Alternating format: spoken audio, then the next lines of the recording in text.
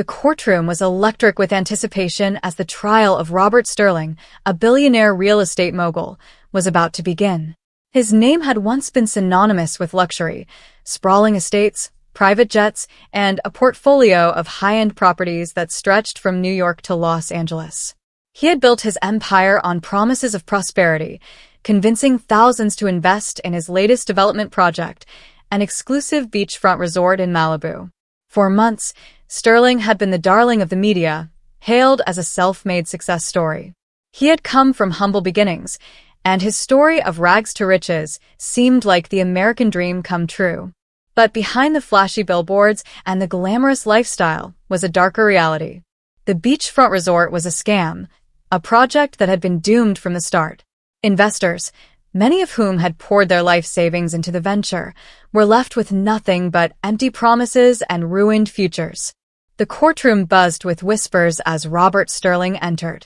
He was tall, impeccably dressed in a designer suit, and moved with a confidence that bordered on arrogance. He didn't look like a man accused of stealing millions from the working class.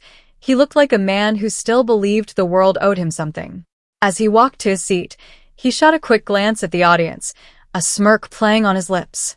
His eyes locked with those of a woman in the front row, Emily Carter, a mother of two who had lost everything to Sterling's fraud.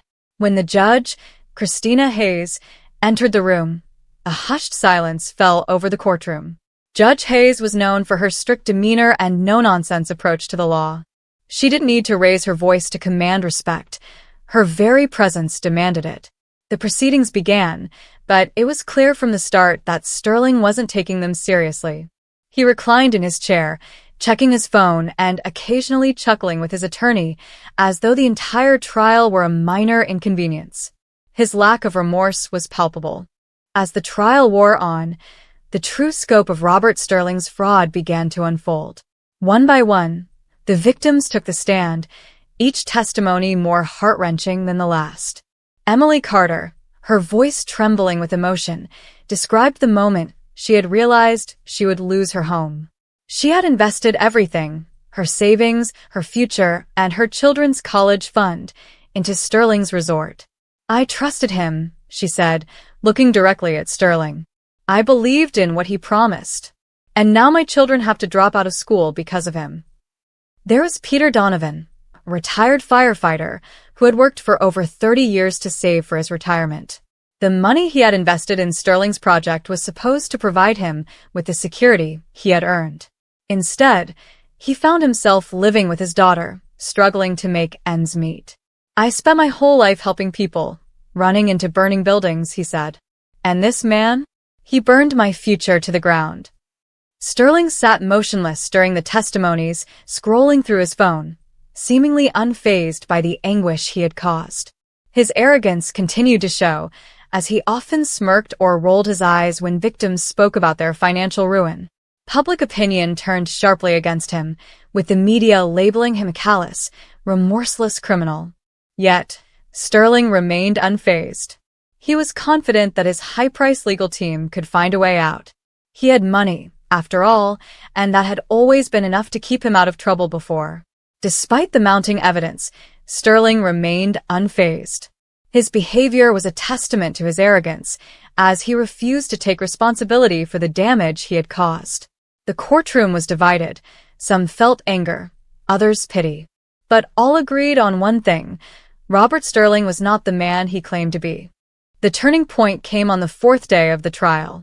The prosecution presented evidence in the form of emails between Sterling and his associates, where he explicitly ordered them to manipulate documents, inflate property values, and mislead investors.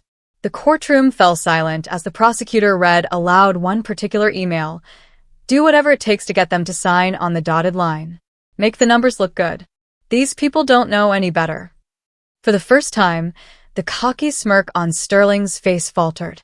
But when asked to comment, he dismissed the email as just business talk and claimed the prosecution was blowing things out of proportion.